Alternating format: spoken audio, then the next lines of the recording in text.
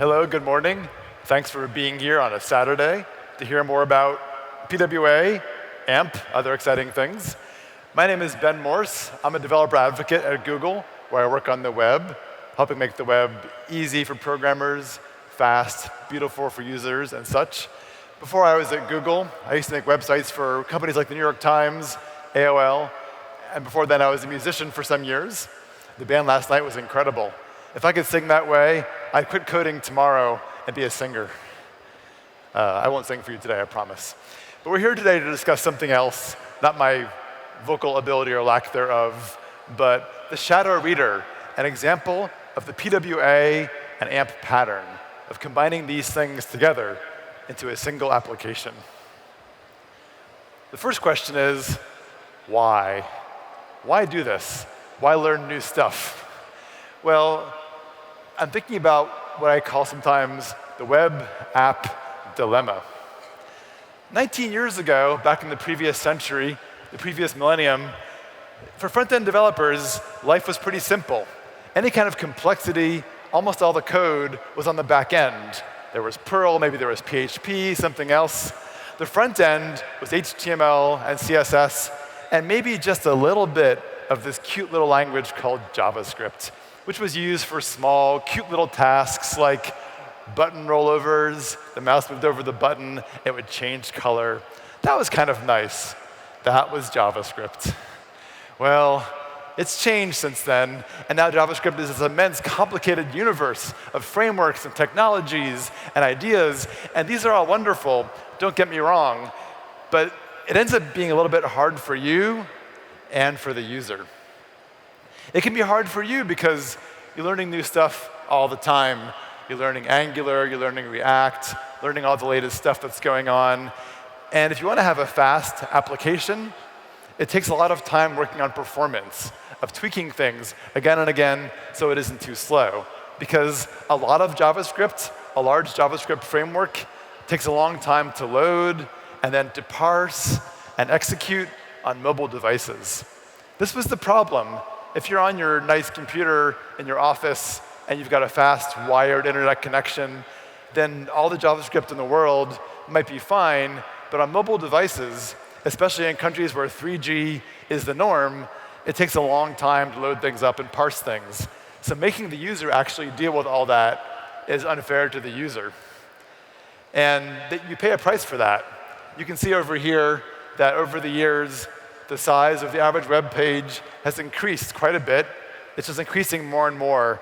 And what happens is users are waiting for something to happen on their phone. They don't know all your wonderful frameworks in JavaScript are loading up and waiting to get parsed and executed. They're just saying, why isn't this thing loading? And they're liable to bounce off your site.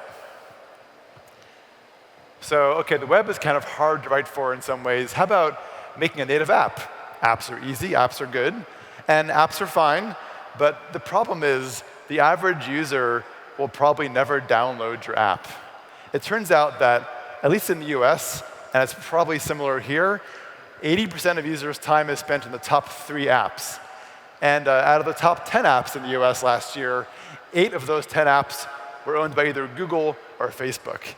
So users tend to go, I apologize for the large, well-known apps like Gmail, like Snapchat and so on, and your app is not as liable to get downloaded.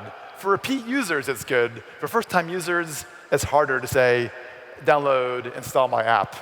And in fact, can you guess the average number of apps the average user downloaded in the US per month last year?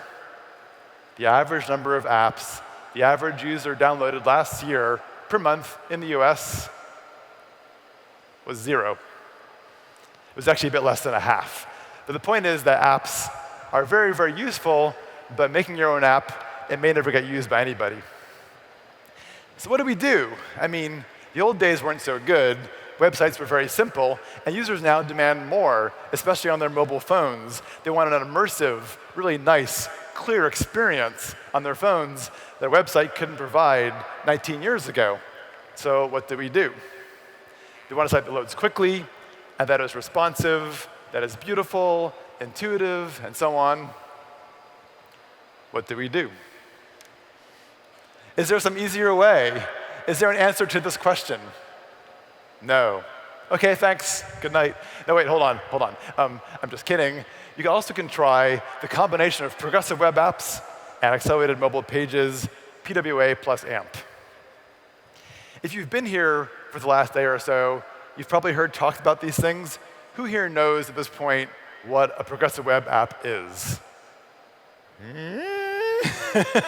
How about accelerated mobile pages? All right, so we could maybe discuss this a little bit further, what these things are. Progressive web apps, as you may have heard or not, are an idea about making a mobile site more of an app-like experience. Fast, integrated, reliable, engaging. Note the first letters there do spell fire. This is not a coincidence. The idea is to make a mobile site as good as an app. And this is possible these days with modern web technologies and modern browsers. You want to have things load fast initially, to load fast throughout the app, to be app-like, immersive, to be in the whole screen of the phone if they want it, to have offline content, push notifications. All these things are now possible with mobile websites. And that is basically the progressive web app idea. AMP, or again, as we call it, accelerated mobile pages, is a way to make sites very fast. And you may have heard of it before because it first became used by publishers for kind of simple static pages. But AMP has evolved since its inception 2 years ago. And it's not just for publishers anymore. It's actually become a thing that can be used not just for simple web pages, not just a way to get into Google's AMP carousel on google.com and google.co.in and so on. But it's actually a nice new pattern to make sites faster, especially, and simpler and easier for users and for you, the developers alike. A little more about AMP. So AMP, first of all, custom JavaScript is no longer allowed, with a couple of exceptions here and there. Some expressions and things are still allowed. So all your frameworks you know before can't be used anymore, except for on the server side. This may seem very harsh, but all that JavaScript is useful, but can slow things down. So it forces you to have a performant, fast site. But on the other hand, with AMP, you also get an expanded version of HTML. With web components, you get new HTML tags that do the things that JavaScript did before. Also, CSS can be no more than 50K. A little more about AMP over here. I forgot. Sorry, the slide is next. That sounds kind of hard to do, to combine these things together. But we're going to discuss a simple example of this called the shadow reader, which is so simple that it requires no frameworks of any kind in JavaScript, not even jQuery. I think I skipped some slides somehow. That's weird. I lost some slides. Where are they? Here they are. OK, they're later in the presentation. All right, excellent. So going on over here, let's say that you're working at a major newspaper of some sort. And you've got a nice website, but it isn't that nice a website. And like most newspapers, you've got AMP on your pages. And the boss says, you know what? We need a better newsreader app over here for our site. We want to take our existing AMP pages and kind of mush those in to some sort of nicer, better progressive web app experience. So, all right, how is that possible? As we said before, these things can be combined. The animation there makes it clear. PWA and AMP are very different ideas, but they're compatible. And we'll show you how to do it. So why do this, first of all? Let's consider AMP in a few ways that's not usually considered. First of all, we'll think about AMP as web components. Second of all, as a source of rich data. And third, as portable, embeddable units of content, thanks to a thing called Shadow DOM. First of all, AMP as web components. So AMP began as this way to make simple web pages for publishers, but it's evolved since then into this powerful web components library. Here's an example of AMP. This actually will make an image carousel. Those things where images slide around the screen, where users can swipe images around, or they slide by themselves. This requires some JavaScript, perhaps a JavaScript library. It requires some work to make it performant, to lazy load images that are off screen. Well, AMP does all those things for you. It's performant, and it involves no JavaScript. You just say AMP carousel, specify the size of the carousel, because in AMP, all elements have their size specified in advance. So as things load in, then things on the page don't jump around. And then you just use AMP image tags in there, which provide performant versions of images. And then that's it. That's a carousel. That's the whole thing. Another example of an AMP component, a YouTube embed, for example. You just specify the width and the height and the ID of the video, and there it is. No embedding JavaScript, nothing else. There it is. And it's performant also. This component actually involves some complicated streaming technologies YouTube uses you can't usually access, but it's all there as part of this component. There's a lot of components in AMP. Analytics, ads, as you saw yesterday, if you were at my talk yesterday, AMP bind and AMP lists now enable dynamic content on the page. I think that honestly, a lot of pages on the web could be transcoded over to AMP, and they wouldn't lose a whole lot. They'd just be a lot faster. Again, it's simpler than other things in the web. Certain things are harder to do or not possible to do without JavaScript, but most things that most web pages do can be done with AMP components pretty easily. Next, AMP as rich data. So consider this. AMP is a set of web components and HTML. It can be used to store data, say about articles or about some sort of post, things that involve text, images, other things. It's kind of like a version of Markdown on steroids, because it also combines the power of AMP components into the data. So for example, let's say we had some JSON over here for an article about some random band called Ancient Babies. I don't know who they are. And then some content over there. The same thing in AMP might contain things like an image of a guitar. It might contain H2, some sort of markup information. It might contain also even an ad. All those things can be in your data. So again, AMP as a source of very rich data. Number 3, AMP as portable, embeddable content units. So you can take these AMP pages, and they're already units of content with this rich data and markup. You can plug these things in to other pages. So once again, you can take an entire piece of content, which is rich data with markup embedded into it, even things like ads into it, and plug it in to other pages. Which means you can take existing AMP pages, as most publishers have, and repurpose those things in other web pages. And now you're thinking, wait a second, that's what I was looking for my web app over here, for my boss. Taking existing AMP pages, repurposing our AMP pages in something else. Well, we can do that. But how? We use the magic of Shadow DOM.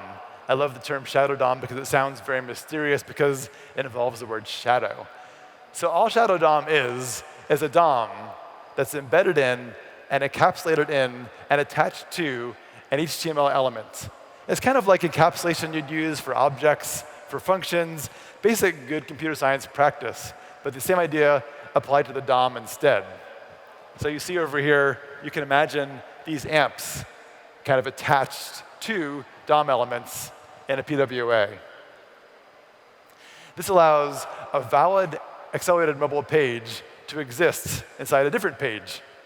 The thing is that, as you may know, AMP has to pass validation. If AMP isn't validated, then AMP caches won't serve it. So Google, for example, will not actually accept AMP pages that don't pass validation. That validation includes no JavaScript, for example. But with Shadow AMP, you can have a totally valid AMP page stuck inside something else. Another way of seeing this is that a whole subsection of a page can be made into AMP, and the rest of it doesn't have to be.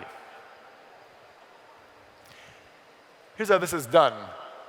If you've used AMP before, you recognize there's a runtime that AMP loads up. This is a different runtime, which is called shadow-v0.js.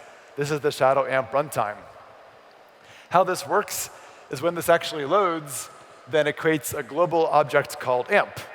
And then on the bottom, we have an attached shadow doc method that will use the AMP global object to attach to your chosen container an entire AMP document. Notice also that we use an asynchronous pattern here because we want things to be performant. So we load the script async. So then what happens if it's not loaded yet? How do you use it? There's a trick in the middle over here. We define this AMP ready function that takes a callback and attaches that callback to an array. That array is window.amp, the AMP global object. If AMP isn't loaded yet, we define AMP to be an array. When AMP actually loads, it then knows the array exists and sticks it back into the object. And then when it actually loads up, all your callbacks in the array are executed in turn. So thus, you have asynchronous loading over here that still allows you to attach your document to your chosen container using shadow AMP. So we actually made this thing called the shadow reader that illustrates this pattern. And I want to show you how it actually works over here. If I can go over to the demo. There it is. That was like magic. So this is a thing that we built that uses existing articles from The Guardian in London. And you can see over here, this is a nice looking page. This is a PWA. And these things over here are all links to articles. You can see over here on the bottom, if you look at the source code, if you can see it, you probably can't see it. It's normal HTML. It's not AMP. But clicking on any article over here, very, very quickly, see how fast that was? The Wi-Fi here is kind of not very good today either. It pulls up the next article, and this article is an AMP article. If we actually inspect over here, if you can see this way down there, let's see if I can find it over here, you will see all this AMP stuff in there, AMP Pixel, AMP Analytics, and over here there's an article with this shadow root. So that's where the AMP is attached down there. We can go back to the other version over there. Notice that things animate nicely. These cards animate beautifully. There is, oh, that's not working. Actually, we'll see this in a minute, too. If there's not an AMP version of the page, we check for that to avoid errors of any kind. And let's do that again. Pretty quick, right? Notice also the news here may be historic in the US. Michael Flynn is pleading guilty. Interesting stuff is happening in my home country. So there's how the shadow reader works. Also, there's an offline cache, so things can appear offline. It's a full-fledged PWA. Now let's go back to the slides over here, and I'll show you more about how this was built. There's the slides, OK? So again, as I showed before, the AMP exists inside a PWA. Here's how we do it. First, we pull in that AMP data from an RSS feed. Next, we take the AMP HTML and inject it into the DOM. And finally, the progressive web app makes the whole thing look and feel good for the user. The first step, pulling in the AMP content, pretty straightforward. We use a response XML over here. We use the XXML HTTP request. We don't use fetch because it turns out that the response XML already contains a parsed DOM. So this is pretty convenient over here. We then remove parts of the page that aren't needed. So the AMP page for The Guardian has these things like the header. It's got a menu over there.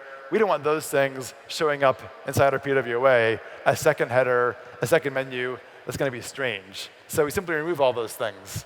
And notice also, no jQuery has been used here, no JavaScript frameworks. It's all vanilla JavaScript. Second, we inject the AMP HTML into the DOM. As we showed before, you create a shadow root. You attach that there to your chosen container element, and then set it to pre-render, and there it is. So first, we actually loaded the AMP from RSS. Second, we inject that into the DOM. And finally, PWA does all the interesting stuff.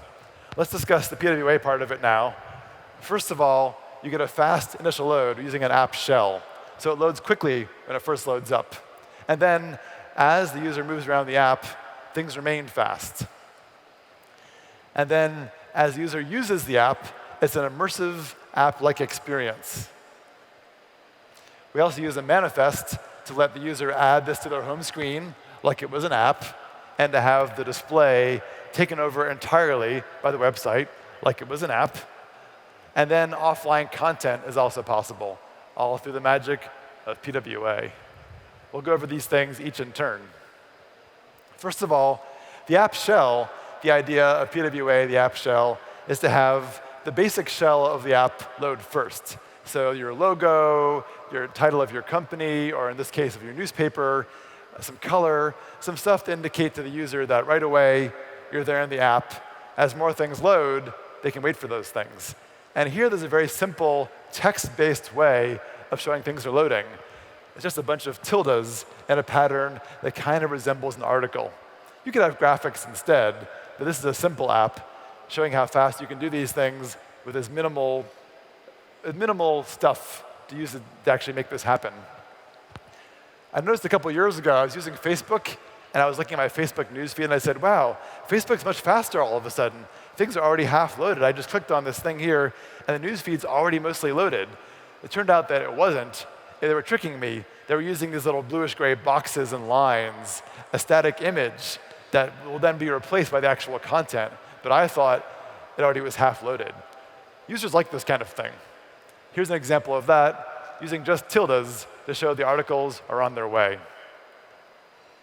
Next, things load quickly anywhere you are on the app. This is easy because we're using AMP content. AMP content is fast, is written for speed, and the shadow DOM lets us stick the AMP content into our app. Third, the app-like immersive experience. This is part of the pattern because as content changes, the HTML gets injected into the DOM automatically. And we use a service worker to handle URL transitions. You put in some animations and things like that, and it looks good. This was not very hard to do. And by the way, all this code is available online on GitHub. Check out amp.cards. Look for the shadow reader online. It's all there to look at as an example. Number 4, these kind of fancy app features, adding the home screen, that full screen display, are very easy to do. The manifest.json file lets you define icons and colors and things like that. Your phone will recognize these things if it's an Android phone and allow adding the home screen. And then the display is similar. You can specify what kind of display you want. In this case, standalone, which means it'll take over the entire screen like an app. Also very simple to do. Pardon my drinking some water over here. That's some good water. And then finally, offline content.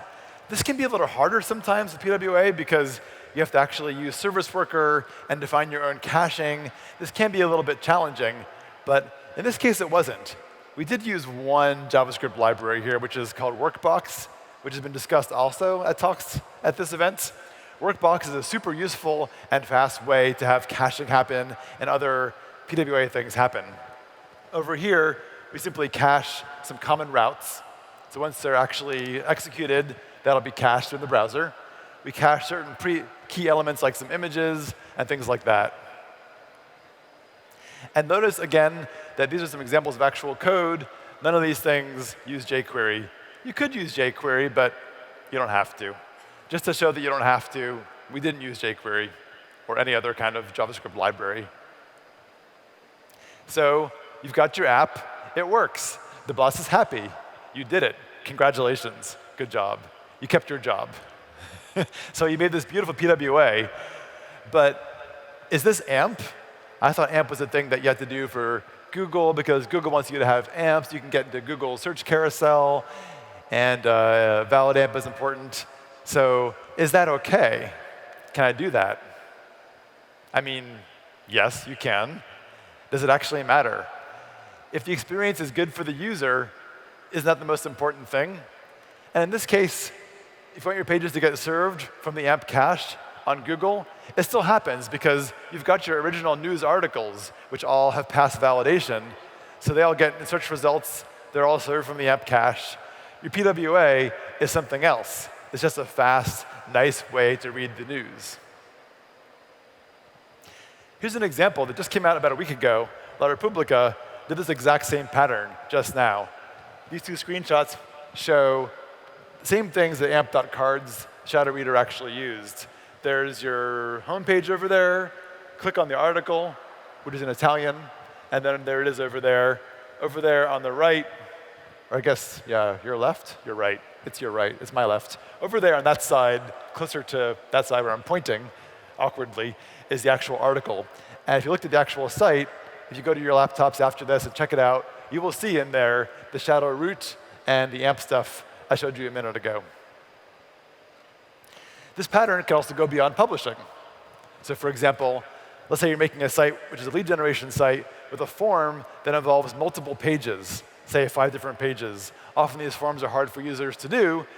What if you use AMP forms, which have automatic validation, which are fast to load, which are quick, and then use a PWA around those form pages? User can then swipe between them, smooth transitions. Same idea, different vertical. Or e-commerce, for example. We discussed yesterday a whole different kind of e-commerce pattern. This pattern over here might be, for example, browsing a series of product pages.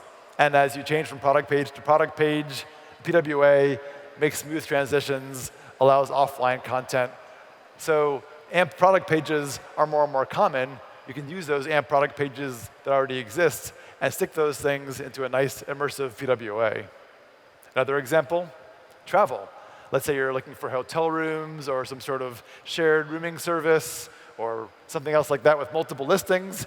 The listings can be AMP pages, and then stick those things into the PWA.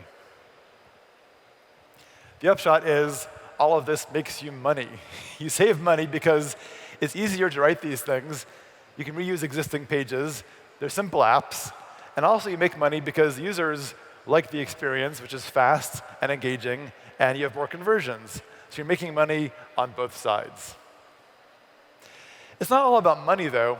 For me, as a former musician, and still occasional musician, it's also about simplicity and beauty. I think that actually things that are simple and beautiful are good things because, I mean, as a programmer, you learn to make things that are clean, that are clear, that aren't cluttered with extra code that doesn't do anything. You want things to make sense to people. It's that simplicity and that beauty that make code good, and not just good aesthetically, but also more maintainable because it's easier to know what's going on. If you have less code and clearer code and simpler code, it works better. People in 5 years won't curse your name for putting in all this complicated stuff. Another reason to consider AMP is the simplicity and the beauty of things that are simple and beautiful. If you have questions, you can find me after this over at the Sandbox, over at the office hours. And also, people are asking a lot about where they can find out about AMP. So I added this slide just this morning. These 3 sites over here let you get started with AMP. ampproject.org is our site that lets you understand the various components, the validation, the cache, how various AMP things work. ampstart.com contains templates you can download to use that are pre-designed to make beautiful sites quickly, including yesterday's e-commerce template, the bike shop. ampbyexample.com is a good way to actually see examples of AMP components and try out the components yourself in a playground to make modifications to things and to see the result immediately. Thank you very much, and have a great day.